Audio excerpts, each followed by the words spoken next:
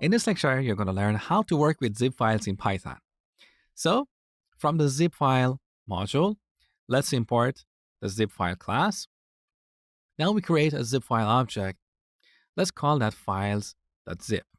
Then, as the second argument, we pass w, short for write, because we're going to write to the zip file. So this statement will create this file in our current folder. Let's get a reference to this zip file and store it here. Or we could call it zip, that is shorter. Now let's say we want to get all the files in this e-commerce directory and write them to this zip file. That is pretty easy. So we create a pass object to reference the e-commerce directory and then call our glob method to recursively find all the files in this directory and all its children. As you know, this returns a generator, so we iterate over it for path in, and then call zip.write path. And finally, we should call the close method. Now, if something goes wrong here, chances are this statement may not be called.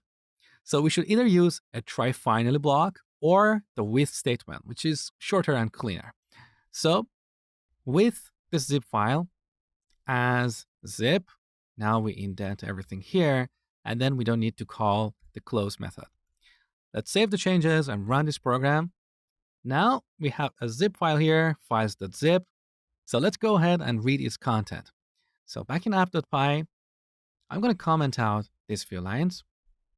This time we're going to create a zip file that is files.zip, but we're not going to open this in the write mode because we only want to read from it, right? So this object has a method called nameList, which returns the list of all the files in this zip file. So let's print this list, run the program. So these are all the files we have in this zip file. We can get information about any of these files. For example, let me copy this here.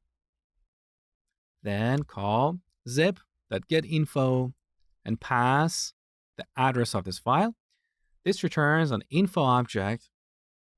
From this, we can print info.file_size. We also have info.compress_size. Let's look at the result. So in this case, we don't have compression because we're dealing with a really simple file. Now, finally, to extract all the files from the zip file, we call zip.extract_all. And optionally specify a different directory to extract to. So here, let's extract this into this extract directory. Now, here we have this extract directory with the content of the e-commerce directory that we compressed into a zip file.